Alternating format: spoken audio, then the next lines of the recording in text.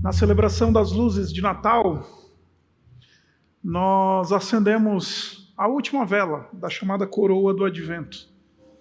Coroa do Advento é uma tradição da Igreja Reformada, e talvez você que esteja nos visitando, você deve estar pensando, puxa, mas essa igreja aí reza para vela? Não. Isso é um movimento lúdico. A cada domingo do Advento nós fomos acendendo uma luz. No primeiro domingo do Advento nós acendemos a luz, a vela da esperança, porque essa é a primeira grande verdade da encarnação do Senhor Jesus Cristo. Aquela expectativa, aquela esperança anunciada no Antigo Testamento, como a gente viu hoje, no texto de Isaías, no capítulo 9, no versículo 2, ela se realizou. Um povo que andava em trevas viu uma grande luz, e essa luz é Jesus, uma esperança realizada. No segundo domingo do Advento, nós acendemos a vela da paz, porque essa é a segunda grande verdade da encarnação de Jesus. Nós recebemos o príncipe da paz. Um menino nos nasceu, um filho se nos deu, e o governo está sobre os seus ombros. E o seu nome será chamado Maravilhoso, Conselheiro, Deus Forte, Pai da Eternidade e Príncipe da Paz. Não somente o Filho, a encarnação do Filho representa uma expectativa de esperança realizada, mas representa um anúncio de paz. O Senhor Jesus Cristo disse, deixo-vos a paz, a minha paz vos dou. Não vou lá dou como o mundo a dá. A paz que o Senhor Jesus Cristo oferece é uma paz que ela independe de qualquer movimento da ONU, de qualquer circunstância externa a nós. É um fruto operado pelo Espírito Santo de Deus, porque uma vez que nós fomos justificados, nós temos a certeza de que temos paz com Deus. No terceiro domingo do Advento, nós acendemos a vela da alegria, essa vela rosinha aqui. É a vela que ela tem essa cor diferente justamente para comunicar essa outra grande verdade, que a vinda do Senhor Jesus Cristo significa alegria ao povo de Deus, alegria ao mundo. Eu vos trago boa nova de grande alegria, disseram os anjos aos pastores na noite em que o Senhor Jesus Cristo ele chegou. Você conhece a cena, a gente leu no início dessa celebração. Os pastores estavam no campo. E então, com a chegada do Senhor Jesus Cristo, então os anjos aparecem aos pastores que estavam cuidando do seu dia a dia, fazendo aquilo que eles tinham que fazer. Sabe quando a gente pega busão? Sabe quando a gente pega metrô? Sabe quando a gente vai trabalhar e fazer aquilo que convém fazer? Porque essa é a nossa função. Era justamente isso que os pastores estavam fazendo, levar as ovelhas para o pasto, para os campos. Era o trabalho do pastor.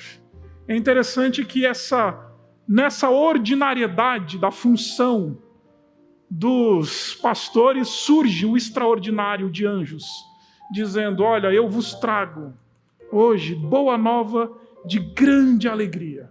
Hoje, na cidade de Davi, nasceu o Salvador, que é Cristo Senhor.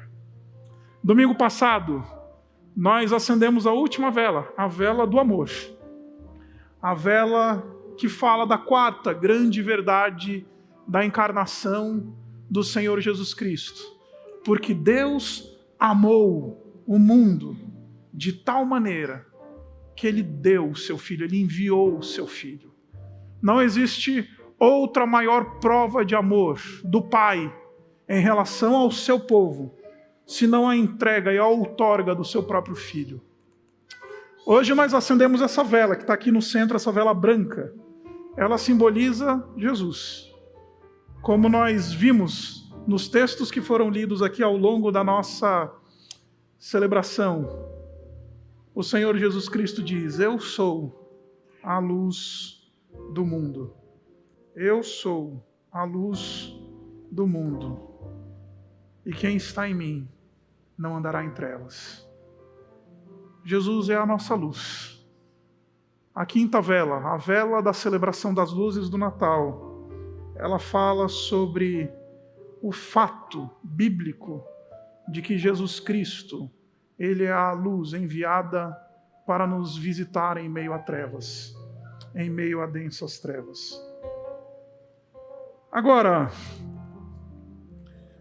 o texto bíblico, ele fala desse negócio de luz desde o início. Gênesis, no capítulo 1, você certamente conhece, diz: no princípio, criou Deus os céus e a terra. Era a terra sem forma e vazia. Trevas cobriam a face do abismo, e o Espírito de Deus se movia sobre a face das águas. Disse Deus então: haja luz, e houve luz. Um outro texto que está lá no Novo Testamento, que João ele escreve justamente para ecoar essas verdades que nós encontramos no Gênesis, diz assim: no princípio, de novo, no princípio criou Deus. Agora João, no capítulo 1, versículo 1, diz: no princípio era aquele que é a palavra. Eu aprendi esse versículo assim: no princípio era o verbo. Ele estava com Deus e era Deus. Ele estava com Deus no princípio. Todas as coisas foram feitas por intermédio dele. Sem ele, nada do que foi feito teria sido feito. Nele estava a vida, e esta era a luz dos homens. Nele estava a vida, e esta era a luz dos homens. Queria chamar a sua atenção para esses dois movimentos. Lá em Gênesis, no capítulo 1, Moisés, o narrador, ele conta para nós a história da criação. No princípio criou Deus os céus e a terra. E esse primeiro movimento criacional da parte de Deus é proclamar luz. Haja luz. A cena do Gênesis ela é muito interessante, porque a cena do Gênesis ela diz assim, que o estado primevo das coisas criadas, elas eram caóticas. Trevas haviam sobre a face do abismo e o Espírito de Deus pairava sobre as águas.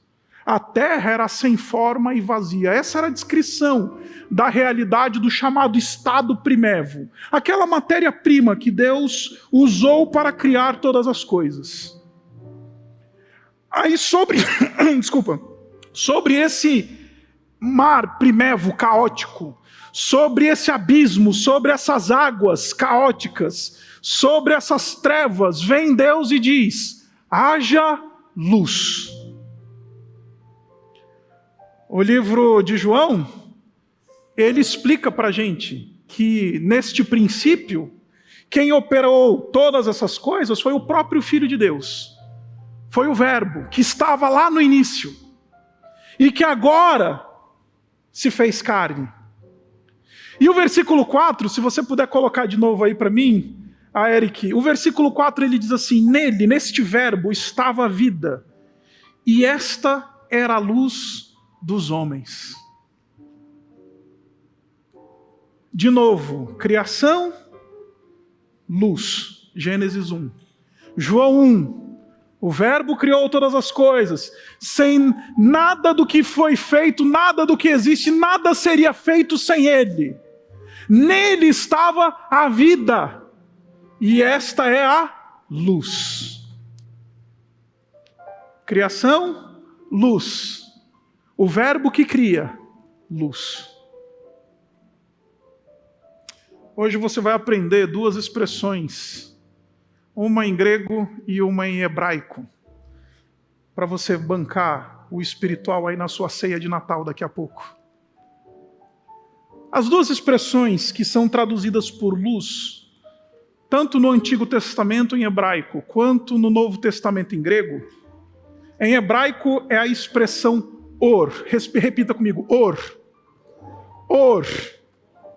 Or, em hebraico, é luz. É justamente esta expressão que aparece lá em Gênesis 1:3. Disse Deus: haja or, haja luz, e houve luz. A expressão que aparece no Novo Testamento, agora em grego, é uma expressão um pouquinho mais fácil, porque você talvez já deve ter ouvido falar. Phos, repita, phos, photós. Phos, Fotós, de onde a gente tira a expressão fotografia. E é justamente essa expressão que aparece lá em João, capítulo 1, versículo 4, que diz que nele estava a vida, e esta era a foz dos homens. E quando a gente olha para o texto bíblico, quando a gente tenta fazer um estudo um pouquinho do significado dessas duas palavras, tanto no contexto do Antigo Testamento, quanto no contexto do Novo Testamento, a gente descobre que luz tem um significado básico, que é aquele significado que eu quero chamar aqui de uma dimensão de significado material. Luz como algo, uma realidade que está em oposição a trevas. No Antigo Testamento, a luz do dia é or. Aquela luz que sai da vela é or. A luz como uma realidade material, física, é or. A mesma coisa, fotós. Então, quando a Bíblia fala de luz, ela está falando dessa realidade de brilho, está falando dessa realidade de presença de luz que expande trevas. Está falando disso que você está vendo na sua mão, nesse ambiente um pouquinho mais escuro. Você tem uma luz que está na sua mão, iluminando um pouquinho. Isso na Bíblia, no Antigo e no Novo Testamento, a gente chama de or ou de fos. Mas não tem só um significado material. Existe também uma dimensão moral no significado de luz. No texto de Isaías, no capítulo 9, o texto que a gente acabou de ler, ele fala de que o povo que andava em trevas, aqui não é trevas no sentido de ausência de luz física, que não tinha luz, não tinha um candelabro, não tinha um farol. Não, o povo que anda em trevas é o povo que anda num caminho que é um caminho distante de Deus. É um caminho que não reconhece o Criador. Então, ver a luz não tem nada a ver com o fato de que foi ligado um refletor. Mas viram a luz porque um novo modelo de vida lhes foi proposto na pessoa do Messias. Então, luz também tem esse significado moral. Andar na luz diz respeito a um tipo de vida que a gente leva. Diz respeito a um tipo de gente que a gente é. Andar na luz não é só ter alguém que acendeu uma vela, ligou um farol, materialmente, fisicamente falando. Andar na luz significa um tipo de vida elevado que nós levamos por causa da graça de Deus sobre nós. Essa é a segunda dimensão de significado da expressão luz. A terceira dimensão de significado é uma dimensão chamada espiritual. Então você tem uma dimensão física, você tem uma dimensão moral e você tem uma dimensão espiritual. Estar na luz, no Novo e no Antigo Testamento, também fala de um tipo de pessoa remida. Fala daquele que encontrou vida espiritual. Luz da vida é uma expressão que aparece bastante, por exemplo, nos Salmos. Que não é só aquele que está vivo biologicamente falando. Não é só aquele que o coração bate, que o pulmão respira, que o olho vê, que a mão apalpa e que a perna anda. Não. Estar na luz também na Bíblia significa ser um tipo de gente espiritualmente viva. Gente que encontrou não somente um jeito correto de andar, mas seguia não somente pelas questões da matéria, mas por causa do seu novo nascimento. Porque foi gente transformada e agora tem vida espiritual. Não só vida biológica, tem vida espiritual. O apóstolo Paulo, ele explica isso lá em Efésios, no capítulo 2, quando ele diz que antes todos nós estávamos mortos em nossos delitos e pecados. Mas por causa do grande amor com que nos amou, nós fomos trazidos à vida. Isso é estar na luz, na Bíblia. Isso é aquilo que o Senhor Jesus Cristo diz quando Ele diz: eu sou a luz do mundo. E quem está em mim não mais andará em trevas, mas terá a luz da vida. Recebeu vida. Recebeu vida espiritual, nasceu de novo. 4 dimensões de significado. Muito mais eu poderia falar sobre isso hoje. Luz como uma realidade física e material. Luz como uma realidade moral, um tipo de vida que a gente vive. Luz como não somente uma realidade moral, mas uma realidade espiritual. Essas são as dimensões de significado que nós temos na Bíblia. Hoje eu quero lhes falar sobre essa lógica que nós encontramos no texto bíblico, como luz, como reversão de caos. Nos textos que eu acabei de recitar para vocês, especialmente em Gênesis, no capítulo 1, o texto fala para nós que no princípio criou Deus os céus e a terra. A terra era sem forma e vazia.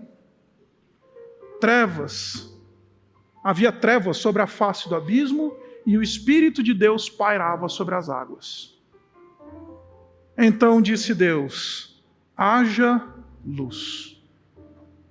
Note que eu disse a vocês que quando Deus criou todas as coisas, Ele usou como matéria-prima o caos.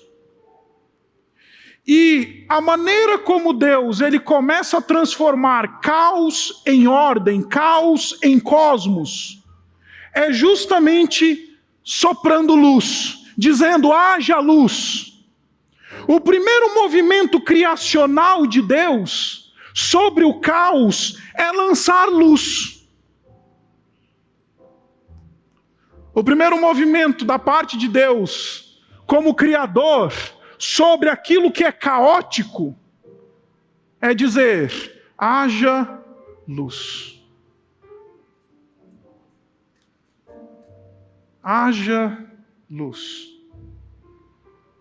Porque luz não tem só uma dimensão física, luz não tem só uma dimensão moral, luz não tem só uma dimensão espiritual. Luz na Bíblia também é reversão do caos. E por que reversão do caos? Porque luz é a marca dos atos criadores de Deus. E talvez você esteja pensando: mas pastor, o que isso tem a ver com o Natal? Porque lá na criação, Deus organizou o caos, soprando luz, criando luz. Haja luz. Na obra da redenção, Deus, Ele começa a obra da redenção enviando luz. A obra da redenção, assim como a obra da criação, começa com luz. Para criar todas as coisas, Deus diz: haja luz. Para redimir o cosmos caído em pecado, Deus envia o seu Filho, que é a luz dos homens. Eu não sei como é que você entra aqui hoje. Eu não sei como é que você entra aqui hoje. Eu não sei que nível de caos você tem experimentado na sua vida, em qualquer esfera que seja. Uma dimensão de caos talvez no casamento, na sua relação com seus familiares, na sua relação com, enfim, a sua carreira, a sua relação com seus recursos e seu patrimônio. Eu não sei que dimensão de caos você está enfrentando. E se você não estiver enfrentando nenhuma dimensão de caos, glória a Deus por isso. Mas nós vivemos num mundo caótico que tem um poder brutal de apresentar esse caos a nós, né? É justamente no dia do Natal que a gente se lembra da verdade de que Deus, Ele joga luz sobre os nossos caos com o fim de redimi-los, com o fim de tratá-los. Assim como Ele jogou luz sobre a face do abismo, sobre o mar primevo, assim como Ele criou luz e disse, haja luz, e assim transformou caos em ordem. Assim como Ele viu um mundo caído, perdido, em seus delitos e pecados, e Ele envia o seu Filho que é luz. Talvez eu e você, a gente precise ter um encontro com o menino luz, para experimentar essa obra de redenção que é operada pelo menino luz. Talvez em nossos casamentos, talvez na nossa vida com aqueles que estão perto de nós. Mas a gente precisa lembrar que luz na Bíblia também é a reversão do caos. Luz na Bíblia é a redenção do caos. Luz na Bíblia é um Deus soberano que decide lançar luz sobre as trevas do nosso coração, sobre as trevas, muitas vezes, das nossas vidas conjugais, sobre as trevas das nossas relações interpessoais, sobre as trevas do nosso patrimônio, sobre as trevas da nossa vida. Agora, sabe o que é mais bonito de tudo isso? É que no Novo Testamento especialmente, luz que transforma não é fos, não é or. Luz que transforma é uma outra luz. E no Novo Testamento, ela é chamada de doxa, glória. A luz que transforma e redime não é fos, não é or. A luz que transforma e redime na Bíblia é doxa, é glória. Vimos a sua glória, glória como a do unigênito do Pai. Então talvez você chegue aqui e você chega agora instruído, fala, uau, olha só a teologia da luz na Bíblia, o pastor articulou no sermão do Natal, da celebração das luzes do Natal. Mas eu não vim aqui hoje pregar para você um sermão informativo, simplesmente para dizer para você que luz é o primeiro passo de Deus no processo de reorganizar o caos e de criar todas as coisas, ou de redimir todas as coisas. Eu vim dizer que essa luz, ela vira doxa na minha e na sua vida, quando essa luz começa a operar fruto na minha e na sua vida. Aí faz sentido o Natal. Aí tem gente que celebra o Natal do pisca-pisca. E tem gente que celebra o Natal do menino luz que redime todas as coisas. Tem gente que celebra o Natal das luzes do shopping, das luzes e da apoteose das nossas cidades. Quando eu morava nos Estados Unidos, você sabe, a cultura norte-americana é extremamente influenciada pelo puritanismo inglês. Então ali na região do Texas era muito interessante que em alguns bairros eles fazem competição para ver qual que é a casa que fica mais iluminada no período do Natal. Então eles juntam lá uma determinada vizinhança, às vezes 2, 3, 4 ruas, e eles começam e vão descobrir qual que é a casa que se enfeita mais. Tem até comitê julgador, que passa no dia 24 de dezembro na frente das avenidas e das casas para ver. Puxa, olha, botou pisca-pisca, botou luz, botou fresnel, botou o que for de luz. E tem gente que celebra o Natal assim, como mera exposição de luz. Aí é sobre qual que é o pisca-pisca mais brilhante. Qual que é a velhinha que aguenta mais. Mas o Natal de Jesus não é sobre só luz. Luz que Deus lança sobre nós, evidenciando as trevas do nosso coração. Essa luz, ela precisa se tornar glória, porque é a luz que tratou, é a luz que curou, é a luz que redimiu, é a luz que produziu efeitos redentores na minha e na sua vida. Por isso que os anjos, quando eles cantaram aos pastores, eles não falaram luz a Deus nas maiores alturas. Não, eles disseram glória a Deus.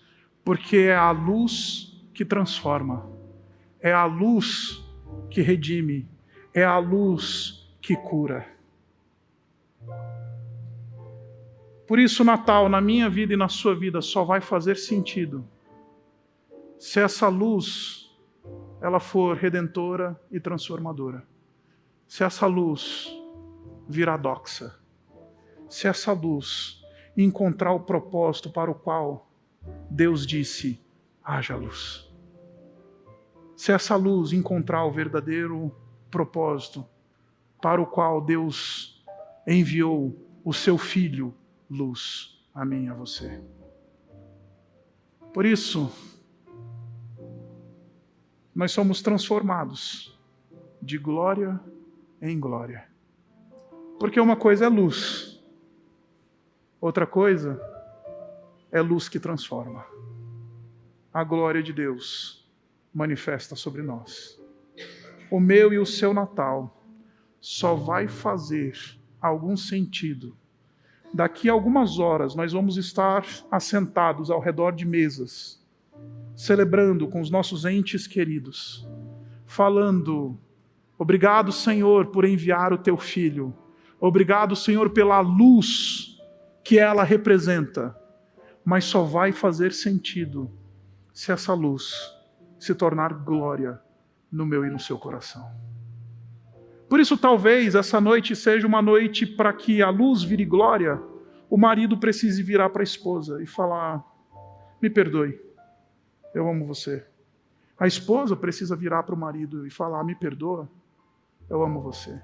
O pai precisa virar para o filho e falar, me perdoa, eu amo você. O filho precisa virar para o pai e falar, me perdoa, eu amo você. Para que luz vire glória, precisa haver fruto de transformação. Para que fosse vire doxa, precisa haver uma iniciativa da nossa parte de deixar Deus operar em nós frutos de arrependimento e de transformação. Aí o Natal encontrou o devido lugar na minha e na sua vida. Caso contrário, é só a festa do pisca-pisca. É só a festa das luzes do shopping. É só a festa das casas enfeitadas. É só a festa de luz por luz. O Natal é a festa da luz que transforma. Glória a Deus nas maiores alturas e paz na terra aos homens, a quem Deus concede ao seu favor. Um Feliz Natal para você. Um Feliz Natal de luz, luz transformadora na sua vida. Um Feliz Natal que, quando você hoje se assentar na sua mesa de ceia de Natal, quando você for abraçar as pessoas que você vai abraçar, sejam abraços de cura, de restauração, de transformação, que sejam abraços de gente que encontrou a glória transformadora e não só luz sem significado. Um Feliz Natal a você, do menino que é a luz, que vem não só para iluminar, mas para transformar e redimir. Abaixe sua cabeça. Vamos orar. Deus bendito, obrigado. Obrigado porque Tu és perito em transformar caos em ordem. E Tu fazes isto, Pai, por meio de luz. Por isso, Pai, hoje, sopra sobre nós luz transformadora, a fim de que vejamos glória. Sopra sobre nós, ó Pai, a luz do Teu Filho. Luz que penetra nosso coração. Luz que penetra a nossa mente. Luz que produz efeitos redentores. Porque, Pai, não queremos o Natal das luzes da cidade. Queremos o Natal da luz do menino que nos transforma. Queremos o Natal do menino luz que nos convida a sermos semelhantes a Ele mesmo. Queremos a luz do Natal que opera redenção em nós. Pai, somos peritos em trevas, somos peritos em abismo, somos peritos em águas turbulentas, somos peritos em caos. É justamente por isso que precisamos desesperadamente de um Deus que transforma todas essas coisas por meio da luz. Por isso, Pai, produz glória do Teu nome, a exaltação do nome do Senhor Jesus Cristo, por meio da luz que Ele é, não somente evidenciando quem somos, não somente evidenciando a nossa necessidade profunda de Jesus, mas experimentando essa luz que transforma, essa glória transformadora. Pai, que seja não só um Natal de luz, mas um Natal de glória. Um Natal de cura, um Natal de restituição, um Natal de perdão, Natal de abraços verdadeiros, abraços que curam, Natal de mesas fartas, mas de corações cheios, Natal de alegria verdadeira e não passageira por causa de presentes. Pai, que seja o Natal de luz transformadora e que se torne doxa na nossa vida. Nós oramos assim no nome dele. Amém.